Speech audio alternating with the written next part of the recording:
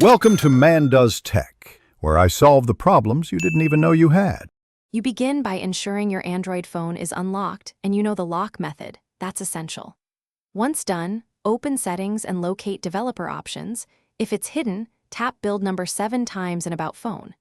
Make sure Jazzcash is fully closed, not running in background, and that you've backed up any unsent transactions. You're starting the process now to remove a security vector. This prevents USB-based access to the Jazzcash app data while you make the change. You now navigate into Developer Options and toggle USB debugging off. If Developer Options were hidden, use About Phone and tap build number 7 times, then return to Settings. When you switch USB debugging off, Android may prompt you to confirm and offer to revoke USB debugging authorizations. Accept that to remove any trusted computers.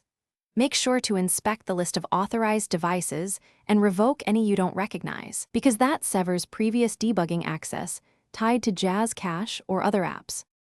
Finish by reopening Jazzcash and testing core actions like balance view and transfers to ensure nothing broke.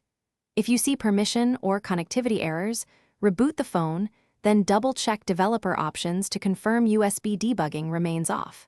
If problems persist, clear the Jazzcash app cache from Settings apps, because stale data can cause faults after security changes. One troubleshooting tip: if clearing cache fails, revoke all USB authorizations again and test with a different trusted network before contacting.